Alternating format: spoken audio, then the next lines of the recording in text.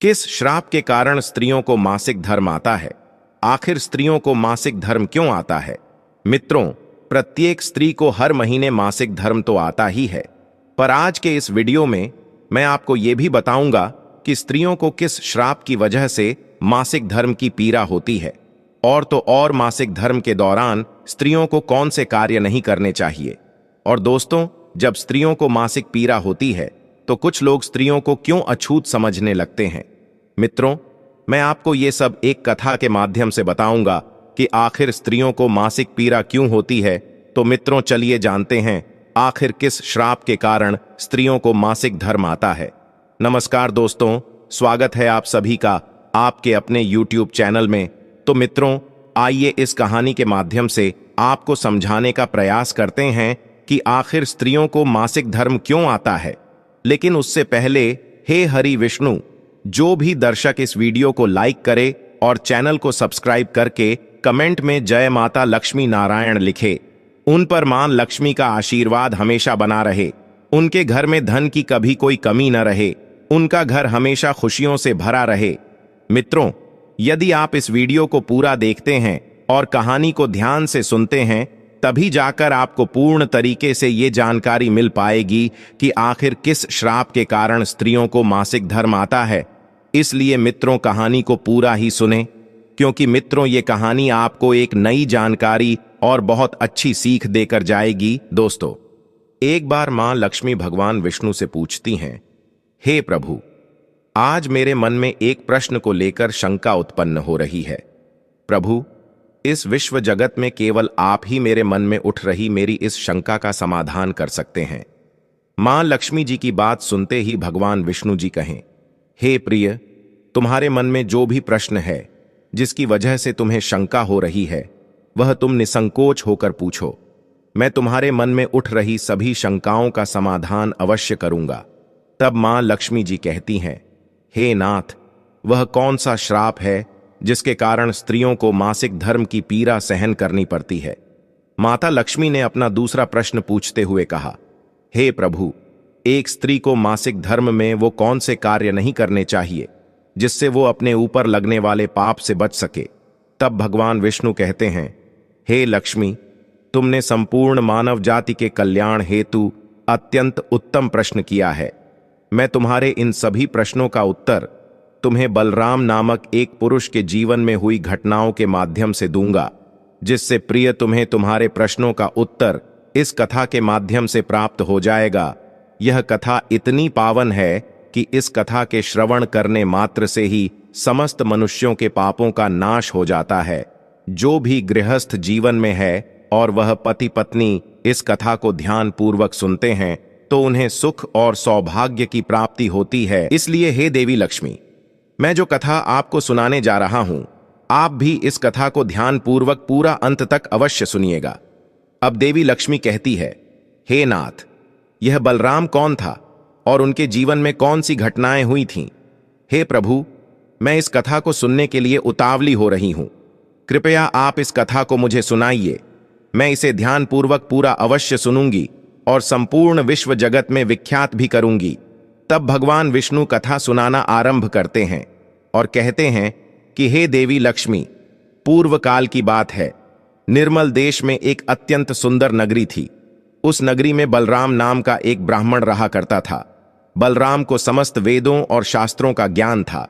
वह एक तेजवान और परम बुद्धिमान, गुणवान तथा धर्म के मार्ग में खुद की आहुति दे देने वाला एक ब्राह्मण था। सभी वर्णों के लोग बलराम को बड़ा सम्मान देते थे। बलराम प्रतिदिन यज्ञ करता था, दान धर्म के साथ संध्या उपासना भी किया करता था। बलराम पशुपुत्र, बंधु, बांधव तथा धन संपत्ति से संपन्न थे। बलराम की पत्नी का नाम गायत्री था। वह भी अत्यंत चरित्रवान, गुणवान तथा पतिव्रता धर्म का पालन करने वाली स्त्री थी। एक दिन बलराम और उसकी पत्नी गायत्री ने मिलकर अपने घर पर सत्यनारायण भगवान की पूजा रखी और सभी ब्राह्मणों को स्वयं जाकर निमंत्रण दिया। साथ ही नगर में निवास करने वाले समस्त मनुष्यों को उसने पूजा के लिए बुलाया। बलराम की पत्नी गायत्री ने अपने घर पर अनेक प्रकार का भोजन भी बनाया था और सभी को भोजन के लिए बुलाया। उसके बाद पूजा के दिन समस्त ब्राह्मण उसके घर पर पधारे। बलराम ने सभी ब्राह्मणों का विधिपूर्वक पूजन किया और उन सभी का बड़े ही प्रेम के साथ आदर सत्कार किया। फिर बलराम ने सभी ब्राह्मणों को घर के अंदर बुलाया और उन्हें आसन देकर प्रेम के साथ बैठाकर भोजन कराया। ब्राह्मणों को भोजन करा के उनकी भूख की तृप्ति समाप्त करने के बाद बलराम ने भगवान का स्मरण करते हुए जिन जिन को बलराम ने बुलाया था उन सभी को वस्त्र आदि का दान करके विदा किया। वे सभी ब्राह्मण बलराम को आशीर्वाद देकर वहां से प्रस्थान कर गए। उसके बाद बलराम ने अपने परिवार के सभी मित्र, भाई बंधु तथा अनेक भूखे लोगों को भोजन करवाया। इस प्रकार से बलराम ने सभी को भोजन कराकर और पूजा संपन्न करके सभी को विदा करके जब बलराम अपने घर के द्वार के सामने गया तो उसने देखा कि उसके घर के सामने एक कुत्ता और सुअरनी आपस में कुछ बात कर रहे थे। जब ब्राह्मण बलराम ने उस कुत्ता और सुअरनी की पूरी बात सुनी तो बलराम को बड़ा आश्चर्य हुआ। वह कुत्ता और सुअरनी उसके माता पिता ही थे जो पिछले जन्म के पाप कर्मों के कारण इस जन्म में कुत्ता और सुअरनी बन गए हैं। तब वह ब्राह्मण बलराम मन ही मन सोचने लगा, ये दोनों तो साक्षात मेरे माता पिता हैं जो मेरे घर पर पशु बनकर आए हैं। भगवान ने किस कारण से इन दोनों को पशु बना दिया है? किस पाप के कारण मेरे माता पिता को ये पशु का शरीर प्राप्त हुआ है? बलराम ने सोचा कि अब मैं इनके उद्धार के लिए क्या करूं। इस प्रकार विचार करते हुए बलराम को रात भर नींद नहीं आई और वह रात भर भगवान का स्मरण करते हुए वो सोच विचार करने लगा। उसने सोचा कि मैं अपने माता पिता की मुक्ति के लिए क्या करूं। तब उसे याद आया कि मेरे माता पिता की आत्मा की मुक्ति का उपाय केवल मुनि वशिष्ठ जी ही बता सकते हैं। सुबह होते ही बलराम ने स्नान आदि कार्य संपन्न करके मुनि वशिष्ठ जी से मिलने के लिए उनके आश्रम पर जा पहुंचा। आश्रम के अंदर प्रवेश करते ही मुनि वशिष्ठ जी ने बलराम का स्वागत किया और वशिष्ठ जी बलराम से कहने लगे, हे ब्राह्मण श्रेष्ठ, आप आज किस कारण से हमारे आश्रम में पधारे हैं? आप बड़े ही दुखी दिख रहे हैं। आपके दुख का कारण क्या है? बलराम कहता है, हे मुनिवर, आपको मेरा प्रेम भरा प्रणाम। हे मुनिवर, आज आपके दर्शन मात्र से मेरा जन्म सफल हो गया। परंतु हे मुनिवर, यहां आज मैं आपके पास अपनी एक शंका को लेकर आया हूं। कृपया आप ही अब मुझे इस दुख से बाहर निकाले। हे प्रभु, मुझे इस शंका से आजाद कीजिए। मैं अत्यंत दुखी और दुर्बल हो गया हूं। वशिष्ठ जी ने आगे कहा कि हे ब्राह्मण देव, आप दुखी मत होइए। आपकी जो भी शंका है वह निसंकोच होकर मुझसे पूछो। मैं अवश्य तुम्हारी शंका का समाधान करूंगा। फिर बलराम कहता है, हे मुनिवर, कल मैंने अपने घर पर भगवान सत्यनारायण का पूजन करवाया था तथा अनेक ब्राह्मणों को और भूखे लोगों को भोजन कराया। मैंने सब कुछ विधिपूर्वक पूजन किया। फिर जब मैं अपने घर के बाहर अपने मेहमानों को अपने द्वार तक छोड़ने आया तो मैंने देखा कि मेरे द्वार पर एक कुत्ता और एक सुअरनी दोनों मेरे घर के सामने खड़े होकर बात कर रहे थे। सबसे पहले तो वो कुत्ता उस सुअरनी से इस प्रकार से कहने लगा कि देखो, आज कैसी घटना घटी।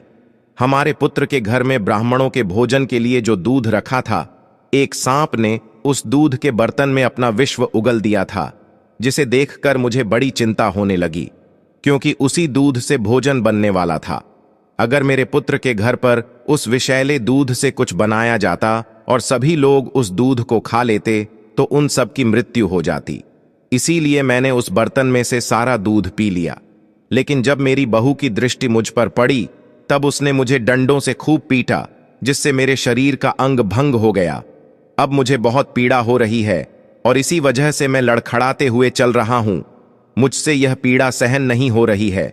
कुत्ते की बात को सुनकर वह सुअरनी बहुत दुखी हो गई और वह अपना वृतांत सुनाने लगी और बोली कि हे प्रीतम, अब मैं तुम्हें मेरे दुख का कारण सुनाती हूं। पूर्व जन्म में मैं इस ब्राह्मण की माता थी, परंतु आज इस ब्राह्मण ने सभी लोगों को भोजन कराया, किंतु इसने मेरे सामने घास तक नहीं डाली और न ही मुझे जल पिलाया। बलराम बोला कि हे मुनिवर, इसी कारण से मैं बहुत दुखी हूं। फिर बलराम कहने लगा, इस प्रकार से अपने माता पिता को एक कुत्ता और सुअरनी के रूप में ऐसा बोलते हुए देखकर मुझे बड़ा दुख हो रहा है। हे मुनिवर, मुझे रात भर नींद नहीं आई। हर क्षण मुझे बस यही चिंता सताए जा रही है कि मैंने कभी कोई पाप नहीं किया। हमेशा धर्म के कार्य किए हैं, परंतु फिर भी मेरे माता पिता को ऐसे कष्ट झेलने पड़ रहे हैं। हे मुनिवर, यही मेरी शंका है। इसी कारण आज मैं आपके पास आया हूं। कृपया आप अपनी दिव्य शक्ति से पता करके मुझे बताइए कि किस कारण से मेरे माता पिता की ऐसी दुर्दशा हुई है और उनकी मुक्ति के लिए मुझे कौन सा कर्म करना होगा। तब मुनि वशिष्ठ जी ने ध्यान लगाते हुए वह सब कुछ देख लिया और उस ब्राह्मण के माता पिता के पूर्व जन्म के कर्मों के बारे में बलराम से कहने लगते हैं। हे ब्राह्मण, तुम्हारे माता पिता ने पिछले जन्म में घोर पाप किया है। उसी पाप कर्मों के कारण आज उनकी ऐसी दुर्दशा हुई है। बलराम कहने लगता है कि हे गुरुदेव, कौन से पाप के कारण मेरे माता पिता की ऐसी दुर्दशा हुई है? कृपया मुझे उसके बारे में विस्तार से बताने की कृपा करें, मैं जानना चाहता हूं। फिर मुनि वशिष्ठ जी कहते हैं कि हे ब्राह्मण, तुम ध्यान से सुनो। ये कुत्ता जो तुम्हारे पिता हैं, ये पिछले जन्म में बसंत नगर के श्रेष्ठ ब्राह्मण हुआ करते थे। इन्होंने एक दिन एकादशी का व्रत रखा, परंतु ये उसका पालन न कर सके और भोजन कर लिया था। एकादशी के व्रत के दिन तुम्हारे पिता ने दान धर्म भी नहीं किया। इन्होंने अपने द्वार पर आए हुए कुत्तों को कभी भोजन नहीं खिलाया।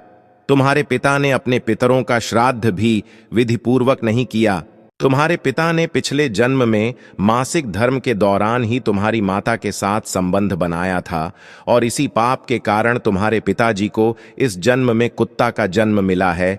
हे ब्राह्मण पुत्र, अब तुम अपनी माता के बारे में सुनो। तुम्हारी माता ने मासिक धर्म में होते हुए भी भोजन बनाया। मासिक धर्म के दौरान ही इसने भगवान की पूजा उपासना की, तुलसी को जल चढ़ाया। मासिक धर्म में होते हुए भी तुम्हारी माता ने भगवान को भोग लगाया। इसी कारण से इसे महापाप लगा है। मासिक धर्म के दौरान स्त्री 3 से 5 दिनों के लिए अपवित्र हो जाती है। मासिक धर्म के दौरान स्त्री को पूजा पाठ नहीं करना चाहिए, ना ही सत्संग करना चाहिए। प्रत्येक स्त्री को इन 3 से 5 दिनों में अपने बाल भी नहीं धोने चाहिए, इससे उसके पति की आयु कम होती है। मासिक धर्म के दौरान पेड़ पौधों को स्पर्श नहीं करना चाहिए। मासिक धर्म में स्त्री के साथ संबंध भी नहीं बनाना चाहिए। वह मुनिवर अब आगे कहते हैं कि जो पुरुष मासिक धर्म में स्त्री के साथ संबंध बनाता है, उसे ब्रह्म हत्या का पाप लगता है। जो पुरुष उस वक्त के समय में स्त्री के वस्त्रों को स्पर्श करता है, उसे भी पाप लगता है। मासिक धर्म स्त्री के शरीर में 3 से 5 दिनों तक ब्रह्म हत्या का पाप निवास करता है और 6वें दिन ही वह स्नान करके पवित्र हो जाती है। 6वें दिन स्नान करने के पश्चात स्त्री को अपने पति का मुख देखना चाहिए, अन्य किसी पुरुष का मुख नहीं देखना चाहिए। यदि पति समीप न हो तो सूर्य देव के दर्शन करने चाहिए। गुरु वशिष्ठ बलराम से कहते हैं, हे ब्राह्मण श्रेष्ठ, इसी पाप के कारण तुम्हारे पिता को कुत्ता और तुम्हारी माता को स्वर्णी का जन्म प्राप्त हुआ है। बलराम कहता है, हे मुनिवर, अब आप मुझे मेरे माता पिता की मुक्ति के लिए उपाय बताने की कृपा करें। तब वशिष्ठ जी अपनी दिव्य दृष्टि से इसका मार्ग भी देख लेते हैं और कहते हैं कि हे ब्राह्मण, तुम किसी भी अमावस्या के दिन अपने माता पिता की मुक्ति के लिए श्राद्ध तथा तर्पण करो और दान धर्म करो, गाय की सेवा करो, गौ माता को भोग खिलाओ और अपने माता पिता की मुक्ति के लिए भगवान से प्रार्थना करो। बलराम जैसा वशिष्ठ जी कहते हैं वैसा ही करता है और फिर उसके माता पिता को समस्त पापों से मुक्ति मिलती है। अब भगवान विष्णु देवी लक्ष्मी से कहते हैं, हे देवी, अब मैंने तुम्हें रजस्वला स्त्री को कौन से कार्य नहीं करने चाहिए, इस विषय में तो बता दिया। हे देवी, अब मैं तुम्हें यह बताता हूं कि किस श्राप के कारण प्रत्येक स्त्री जाति को मासिक धर्म की कठोर पीड़ा को सहन करना पड़ता है। तब मां लक्ष्मी जी बोली, हे नाथ, आपके इस प्रश्न के उत्तर से प्रत्येक स्त्री जाति की रक्षा होगी। मैं स्वयं उनके साथ रहकर उनको इस विषय में मार्ग प्रदान करूंगी। तब भगवान विष्णु कहते हैं, हे देवी, ठीक है, मैं तुम्हें इस प्रश्न का उत्तर भी दे देता हूं। प्राचीन में कालकेय नाम का एक प्रसिद्ध दानव हुआ करता था।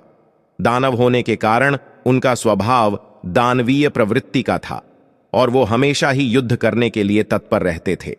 फिर अचानक से एक दिन सभी दानव वृत्रासुर दानव के साथ मिलकर स्वर्गलोक पर आक्रमण करने लगते हैं। उन असुरों के पास भयंकर शक्तिशाली अस्त्र खंजर थे, जिसका सभी देवता सामना नहीं कर सके और स्वर्गलोक से भागकर ब्रह्मदेव के पास आ गए और फिर उन्होंने ब्रह्मा जी को सब कुछ कह सुनाया। तब ब्रह्मदेव ने उन्हें असुरों को परास्त करने का उपाय बताते हुए कहा, हे इंद्र, तुम इसी क्षण महर्षि दधीचि के पास चले जाओ। वे तुम्हें अपनी शरीर की हड्डियों से तुम्हें अस्त्र शस्त्र प्रदान करेंगे और तुम उन्हीं अस्त्रों का प्रयोग करके वृत्रासुर का वध कर सकोगे। फिर सभी देवता महर्षि दधीचि के आश्रम पर जाते हैं और वे सभी उनसे प्रार्थना करते हैं और महर्षि दधीचि से अस्त्र प्रदान करने की विनती करते हैं। फिर संसार के कल्याण के लिए महर्षि दधीचि अपने ही शरीर की हड्डियों से अस्त्र का निर्माण करते हैं। उन्हीं अस्त्रों में से एक वज्र नाम का अस्त्र होता है, जिस अस्त्र को देवराज इंद्र धारण कर लेते हैं और फिर से सभी देवतागण वृत्रासुर के साथ युद्ध करने के लिए निकल जाते हैं। उसके उपरांत देवताओं और दानवों के बीच भीषण युद्ध होता है। सभी देवता आकाश में दानवों से युद्ध करने के लिए एकत्रित हो जाते हैं, उन सभी पर प्रहार करने लगते हैं। कई दिनों तक इस प्रकार से दैत्यों और देवताओं के बीच में भीषण युद्ध चलता है। फिर देवराज इंद्र और वृत्रासुर आमने सामने आ जाते हैं। दोनों के बीच युद्ध होता है और देवराज इंद्र अपने वज्र का प्रहार करके वृत्रासुर को मार डालते हैं। उसके शरीर में एक ब्रह्म हत्या वास करती थी। वह उस दानव वृत्रासुर की मृत्यु होते ही उसके शरीर से ब्रह्म हत्या बाहर निकलती है और इंद्र का पीछा करने लगती है। फिर वह ब्रह्म हत्या देवराज इंद्र के शरीर में प्रवेश कर लेती है, जिससे इंद्र को ब्रह्म हत्या का पाप लगता है। देवराज इंद्र ब्रह्मदेव के पास जाते हैं और उनसे ब्रह्म हत्या से छुटकारा पाने का उपाय पूछते हैं। ब्रह्मदेव उस ब्रह्म हत्या को इंद्र के शरीर से निकलने की आज्ञा देते हैं और वह ब्रह्म हत्या इंद्र के शरीर से बाहर निकलकर ब्रह्मदेव से कहने लगती है, हे परमपिता ब्रह्मदेव, अभी तक मैं वृत्रासुर के शरीर में निवास कर रही थी, क्योंकि उसने अनेक ब्राह्मणों की हत्याएं की थीं। जब इंद्र ने वृत्रासुर की हत्या की तो मैं इंद्र के शरीर में वास करने लगी। अब आप ही मुझे कोई उचित स्थान दीजिए जहां पर मैं रह सकूं। फिर ब्रह्मदेव कहते हैं, ब्रह्म हत्या मैं तुम्हें उचित स्थान देता हूं। ब्रह्मदेव ने ब्रह्म हत्या के 4 भाग कर दिए और कहा, ब्रह्म हत्या, तुम्हारा 1/4 भाग अग्नि के भीतर रहेगा, क्योंकि जो भी मनुष्य अग्नि को आहुति नहीं देगा तुम उसके शरीर में प्रवेश कर लेना। ब्रह्मदेव ने फिर कहा कि तुम्हारा दूसरा 1/4 भाग जल के भीतर रहेगा। जो भी जल में थूकेगा अथवा जल में मल मूत्र का त्याग करेगा तुम उसके शरीर में प्रवेश करोगे। फिर तीसरा 1/4 भाग पेड़ पौधों और वृक्षों के भीतर रहेगा। जो भी मनुष्य अकारण ही वृक्षों को काटेगा उसे भी ब्रह्म हत्या का पाप लगेगा। उसके बाद ब्रह्मदेव ने अप्सराओं को बुलाया और कहा, हे अप्सराओं, इस ब्रह्म हत्या का 1/4 भाग तुम ग्रहण करो।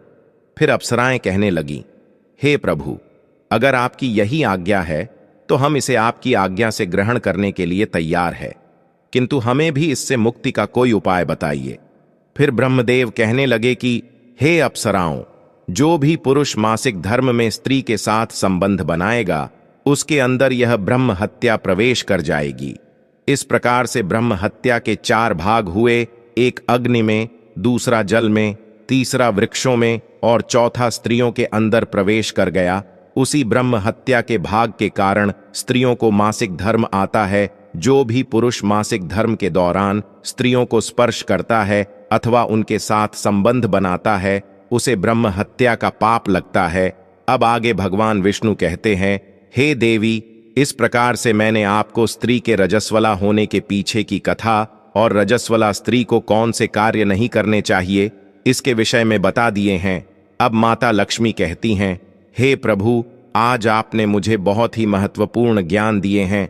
मैं भी आपको वचन देती हूँ, जो भी स्त्री मासिक धर्म के दौरान पूजा पाठ करेगी, पति के साथ संबंध रखेगी, उसके घर में मैं प्रवेश नहीं करूंगी। तो मित्रों, यही कारण है कि मासिक धर्म के दौरान किसी भी स्त्री को छूना पाप माना गया है। मासिक धर्म के दौरान स्त्रियों को यह कार्य नहीं करने चाहिए। मित्रों, मैं उम्मीद करता हूं ये जानकारी आपको जरूर पसंद आई होगी। दोस्तों, यदि आपको यह वीडियो पसंद आई हो तो प्लीज आप इस चैनल को सब्सक्राइब अवश्य करें, वीडियो को लाइक करें और दोस्तों सच्ची श्रद्धा से कमेंट में जरूर लिखें, जय श्री हरि विष्णु, जय श्री राम, जय हनुमान, साथ ही देवों के देव हर हर महादेव सदैव आप पर अपनी कृपा बनाए रखे। प्रिय मित्रों, अगर आप सभी ने वीडियो को यहाँ तक देखा है तो वीडियो को यहाँ तक देखने के लिए आपका दिल से धन्यवाद।